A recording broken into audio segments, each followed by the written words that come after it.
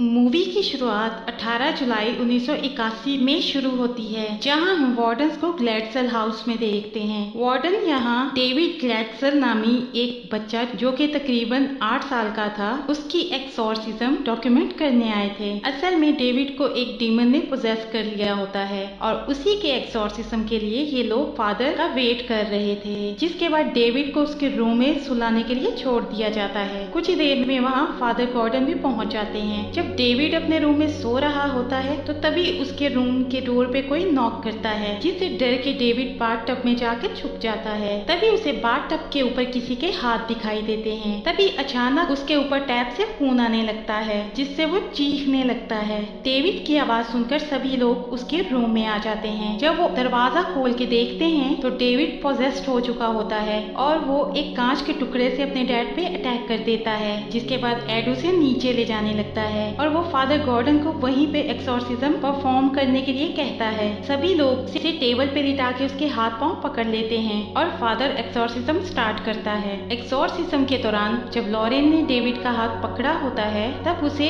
अजीब से विजन्स दिखाई देते हैं। तभी रूम में तेज हवाएं चलने लगती हैं और लाइट सारी ब्लिंक करने लगती हैं, जिससे कुछ सामान आकर फादर के सर पर लगता है और वो नीचे गिर जाता है। और हम देखते हैं कि डेविड की हालत बहुत ही खराब हो जाती है। वो बहुत ही खौफनाक तरीके से खुद को मरोड़ने लगता है। उसे इस हालत में देख के उसकी सिस्टर डेबी बहुत ज्यादा चिल्लाती है और उसे ऐसा करने से मना करती है। इसी बीच डेविड उनसे छूट जाता है और वो एड के चेस्ट में जोरदार पंच मारता है और वो उससे कहता है कि वो उसके दिल की धड़कन रोक देगा। उसे ऐसा करते देखकर डेबी का बॉयफ्रेंड डेमन से कहता है कि इसकी जगह मुझे ले जाओ। इसके बाद हम देखते हैं कि डेविड का पोजेशन खत्म होने लगता है और उसके बॉयफ्रेंड में वो डीमन दाखिल हो जाता है। अब इस इंसिडेंट के बाद सबकी लाइफ नॉर्मल हो जाती है, पर एड को उस दिन मेजर हार्ट अटैक आता है, जिसकी वजह से वो हॉस्पिटल में एडमिट होता है। फिर हम देखते हैं कि डेबी का बॉयफ्रेंड जब उसके घर होता है तो एक बॉक्स अचानक नीचे गिरता है। बाद में जब वो देखता है उसके अंदर एक चूहा होता है और वो चूहा दीवार में बने एक होल में चला जाता है। जैसे ही वो लड़का होल में देख के पीछे मुड़ता है तो एक औरत उसके पीछे खड़ी होती है और वो औरत उसका मुंह पकड़ लेती है। इसके बाद अचानक वो गायब हो जाती है, जिसे देख के उसका बॉयफ्रेंड बहुत डर जाता है। नेक्स्ट डे हम देखते हैं कि आर्नी अपना काम कर रहा होता है तो उसे बहुत ही अजीब फीलिंग्स आती हैं और वो उस खिड़की में उसी लेडी की झलक देखता है। जिसके बाद काम से वो वापस आ जाता है। घर आता है तो वो देखता है कि उसका मालिक मकान लाउड म्यूजिक प्ले करता है और उसे अपने साथ ड्रिंक करने का कहता है। वहीं दूसरी तरफ एड को भी होश आ जाता है और वो लॉरेन को बताता है कि उस डीमन ने अब आर्नी को पोजेस कर लिया है। लॉरेन अब आर्नी को कॉल करती है, पर लाउड म्यूजिक की वजह से वो फोन को सुन नहीं पाता। इसके बाद लॉरेन पुलिस को कॉल कर देती है और उन्हें बताती है कि आर्नी के घर एक इंसिडेंट होने वाला है। जिसके बाद हम देखते हैं कि आर्नी को काफी अजीब लग रहा होता है और जब डेबी उसी मालिक मकान के साथ डांस कर रही होती है तो आर्नी को ब्रूनो में एक डीमन का फेस नजर आता है, जिससे वो बहुत डर जाता है और डेबी को लेके वहाँ से भागने लगता है। लेकिन तभी वो नीचे गिर जाता है और उसे ऐसा लगता है कि सब जगह अंधेरा हो गया है और उसे लगता है कि उसकी तरफ कोई डीमन आ रहा है। उस डीमन से बचने के लिए आर्नी उस पर चाकू से वार करता है और उसे मार देता है। जिसके बाद हम आर्नी को पोजेस्ड हालत में रोड पे चलते देखते हैं। रास्ते में एक पुलिस वाला आर्नी को रोकता है और तभी उसका पोजेशन खत्म हो जाता है और वो पुलिस वाले से कहता है कि उसे लगता है कि उसने किसी को हर्ट किया है। जिसके बाद हमें पता चलता है कि आर्नी ने ब्रूनो का कत्ल कर दिया है, वो भी 22 बार चाकू से स्टैब करके। नेक्स्ट सीन में हम देखते हैं कि एड और लॉरेन आर्नी से बाइबल रीड करवाते हैं, जिसे वो कर पाता है और उन्हें लगता है कि वो पोजेस्ड नहीं है। जब आर्नी को कोर्ट में ले जाया जाता है तो उसकी लॉयर जज को बताती है कि आर्नी ने मर्डर पोजेशन की हालत में किया था, क्योंकि असल में लॉरेन और एड ने ही लॉयर को इस बात के लिए कन्विंस किया था। फिर लॉयर एड और लॉरेन को बताती है कि अगर उन्होंने पोजेशन को साबित ना किया तो आर्नी की मौत हो जाएगी। अब इस बात को समझने के लिए लॉरेन और एड डेविड की ऑडियो टेप सुनते हैं और जिससे पता चलता है कि ये कब स्टार्ट हुआ। असल में ग्लैडसेल फैमिली उस घर में में 5 महीने पहले शिफ्ट हुई थी। असल में पहले ही दिन जब डेविड अपने बेड पर खेल रहा होता है तो हम उस बेड में एक डीमन का फेस देखते हैं। उसके बाद जब डेविड उधर से उतर रहा होता है तभी बेड के अंदर से एक डेमन उसका हाथ पकड़ लेता है, जिससे वो काफी ज्यादा डर जाता है। जिसके बाद सीन प्रेजेंट में शिफ्ट होता है और हम देखते हैं कि लॉरेन ये पूरा इंसिडेंट फील कर पा रही होती है अपनी पावर्स की वजह से। लॉरेन का मानना था कि डेविड ने डीमन को खुद बुलाया है, पर डेबी कहती है कि ऐसा नहीं हो सकता, ये नामुमकिन है क्योंकि वो कुछ ही देर के लिए उस रूम में था। फिर वो बेड के नीचे की जगह देखते हैं जो पूरी तरह से काली हो जाती है। अब लॉरेन इसकी इन्वेस्टिगेशन करने के लिए घर के नीचे जाती है, जहाँ पे लॉरेन को उसी जगह हड्डियों से बनी हुई एक चीज मिलती है। लॉरेन उसकी फोटोज क्लिक कर लेती है, जिससे हमें पता चलता है कि ये एक विच टोटेम है जिसके जरिए से डेविड को कर्स किया गया था और ऐसी चीजें सैटेनिक रिचुअल के लिए इस्तेमाल की जाती हैं। अब ये पिक्चर सारी लोकल पुलिस में भेज दी जाती है ताकि शायद कोई इस बारे में जानता हो तो वो उन्हें बता सके। इन पिक्चर्स को देखकर फादर गॉर्डन उन्हें फादर कैस्नर के पास जाने के लिए कहते हैं, जो एक रिटायर्ड प्रीस्ट है, और वो इन्हें इन चीजों के बारे में बता सकते थे। इसके बाद हम देखते हैं कि एड और लॉरेन फादर कैस्नर से मिलने जाते हैं, जो उन्हें बताते हैं कि ये काम सैटेनिक कल्ट के लोगों का है। वो ये सब किसी वजह से नहीं कर रहे, बल्कि वो दुनिया में बुराई फैलाना चाहते हैं। इसके बाद फादर कैस्नर उनको घर की बेसमेंट में ले जाते हैं, जहाँ बहुत सारी किताबें और चीजें पड़ी हुई थी। फादर कैस्नर उन्हें बताते हैं कि ये चीजें उन्होंने तब कलेक्ट की थी जब डिसाइपल ऑफ फ्राम कल्ट के लिए रिसर्च कर रहे थे। अब हम आर्नी को देखते हैं जो कि जेल में सफाई कर रहा होता है। तभी वहाँ एक आदमी उठ के गाना गाने लगता है और आर्नी से कहता है कि मैं सब जानता हूँ कि तुम कौन हो और कहाँ से आए हो। तभी अचानक वहाँ पे अंधेरा हो जाता है और एक डीमन आर्नी के ऊपर हमला कर देता है, जिससे वो बहुत डर जाता है। असल में ये उस रिचुअल का असर था जो उस पर किया जा रहा था। फिर एड और लॉरेन को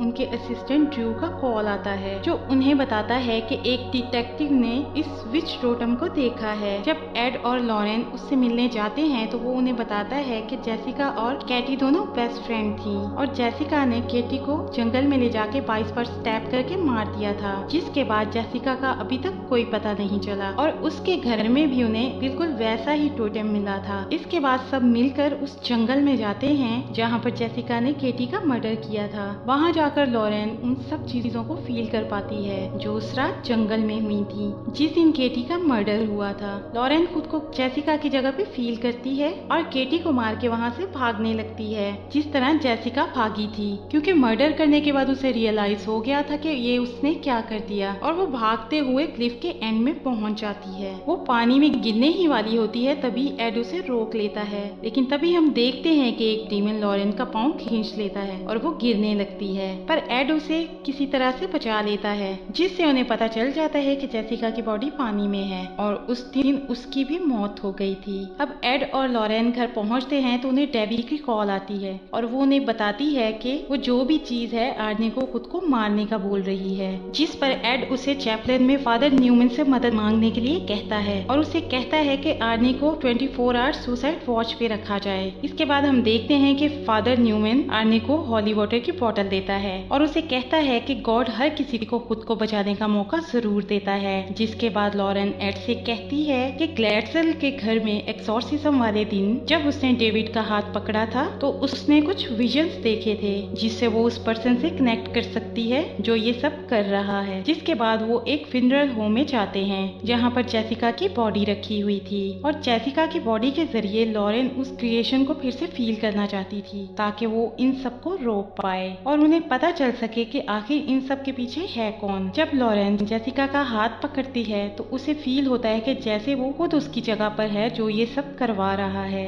और लॉरेन उस जगह को फील कर पाती है। वो देखती है कि वो रिचुअल फिर से करवाया जा रहा है और उसकी वजह से आर्ने जो कि हॉली सर्कल के बीच में बैठा होता है वो उस बोतल को तोड़ के उस शीशे से अपनी वेन काट लेता है और ये सब उससे वही लेडी करवा रही थी जो इन सब के पीछे है। पर वक्त रहते ही लॉरेन उसे रोक लेती है जिससे आर्ने को ज्यादा चोट नहीं आती और लॉरेन कहती है कि ये कनेक्शन दोनों तरफ से काम करता है और इस वजह से वो औरत भी लॉरेन को देख सकती थी। जिसके बाद फिनरल होम की लाइट्स अचानक से बंद हो जाती हैं। जैसे ही एड उस लाइट को फिर से ऑन करता है, वहाँ पर रखी एक डेड बॉडी जिंदा हो जाती है जो लॉरेन की तरफ हमला करने के लिए बढ़ती है। पर सही वक्त पे एड लॉरेन का हाथ उस डेड बॉडी से हटा देता है, जिससे वो कनेक्शन टूट जाता है और वो डेड बॉडी नीचे गिर जाती है। और जब वो लोग घर पहुंचते हैं तो ड्रू ने एक बुक दिखाता है जिसमें उस कर्स के बारे में लिखा था। उस ऑल्टर को डिस्ट्रॉय कर दिया जाए जहां से ये रिचुअल हो रहा होता है तो ये कर्स खत्म हो जाएगा।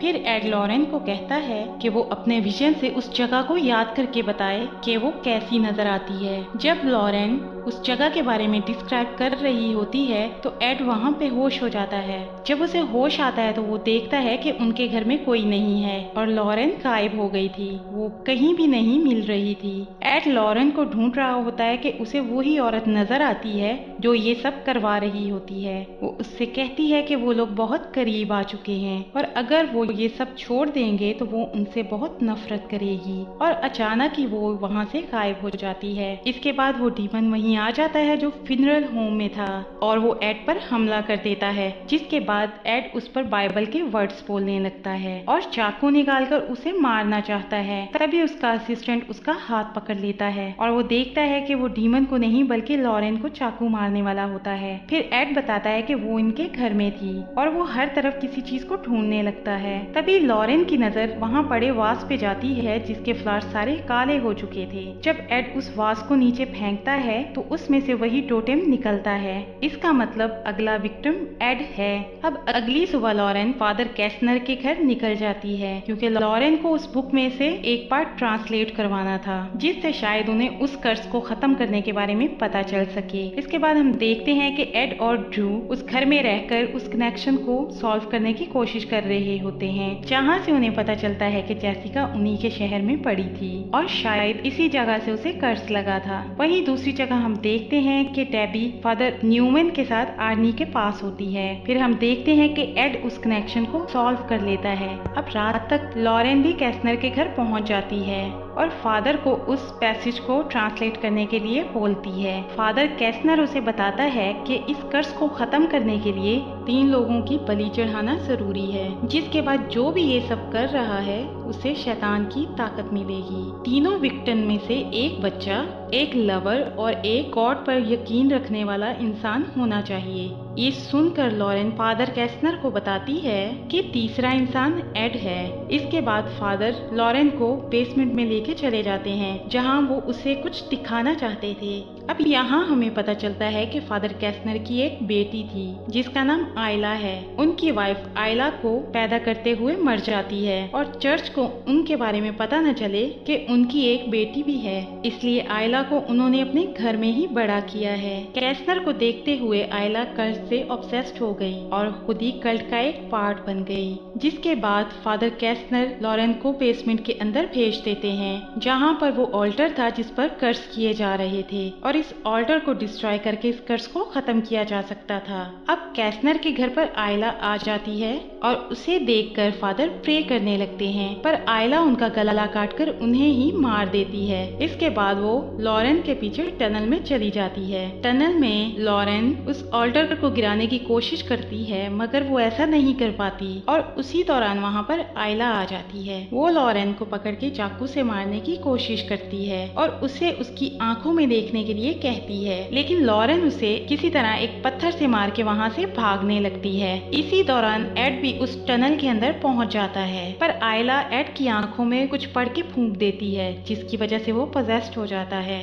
अब आयला ऑल्टर पर जाकर फिर से रिचुअल स्टार्ट कर देती है जिससे आर्नी पोजेस्ड होने लगता है। आर्नी इतनी जोर से चिल्लाता है कि वहाँ के सारे शीशे टूट जाते हैं। वहीं हम एड को देखते हैं जो पोजेस्ड हालत में लॉरेन पर अटैक करता है और सभी चीजों को तोड़ने लगता है। आर्नी अब किसी तरह से अपने हाथ छुड़ाकर हवा में लेविटेट करने लगता है और एक कांच के टुकड़े को उठा के उसे खुद को मारने की कोशिश करता है, पर डेबी उसका हाथ पकड़ लेती है और कहती है कि वो उससे बहुत प्यार करती है। उसी दौरान लॉरेन भी एड को अपना प्यार याद दिलाने की कोशिश करती है, जिससे एड को उन दोनों की पहली मुलाकात याद आती है और वो पोजेस हालत से निकलकर उस ऑल्टर को तोड़ देता है, जिससे आर्नी का कर्ज खत्म हो जाता है और वो बिल्कुल ठीक हो जाता है। तभी हम देखते हैं कि एड और लॉरेन के सामने आयला आती है, जिसके पूरे जिस्म की हड्डियां टूटने लगती हैं, क्योंकि एड ने उस ऑल्टर को तोड़ के उसका सारा कर्ज खत्म कर दिया था और क्योंकि उसने डीमन को एक सोल का वादा किया था जिसे वो पूरा नहीं कर पाई, तो इसके बदले डीमन उसकी सोल ले जाता है, जिसके बाद एड और लॉरेन वहाँ से बाहर निकल जाते हैं। तभी एड की तबीयत खराब होने लगती है क्योंकि वो अपनी मेडिसिन घर पे ही भूल गया था, लेकिन तभी लॉरेन अपने लॉकेट से उसकी दवाई उसे देती है। मूवी के एंड में हम एक नोट देखते हैं जिसमें लिखा होता है कि आर्नी को उस जुर्म की सजा 5 साल हुई और जेल के अंदर ही उसने डेबी से शादी की और वो लोग अभी तक एक दूसरे के साथ हैं। जिसके बाद ये मूवी यहीं पे खत्म हो जाती है। अगर आपको हमारी मूवी पसंद आए तो लाइक और शेयर जरूर कीजिएगा और अगर आप हमारे चैनल पर नए हैं तो प्लीज सब्सक्राइब लाजमी करें। Thank you for watching.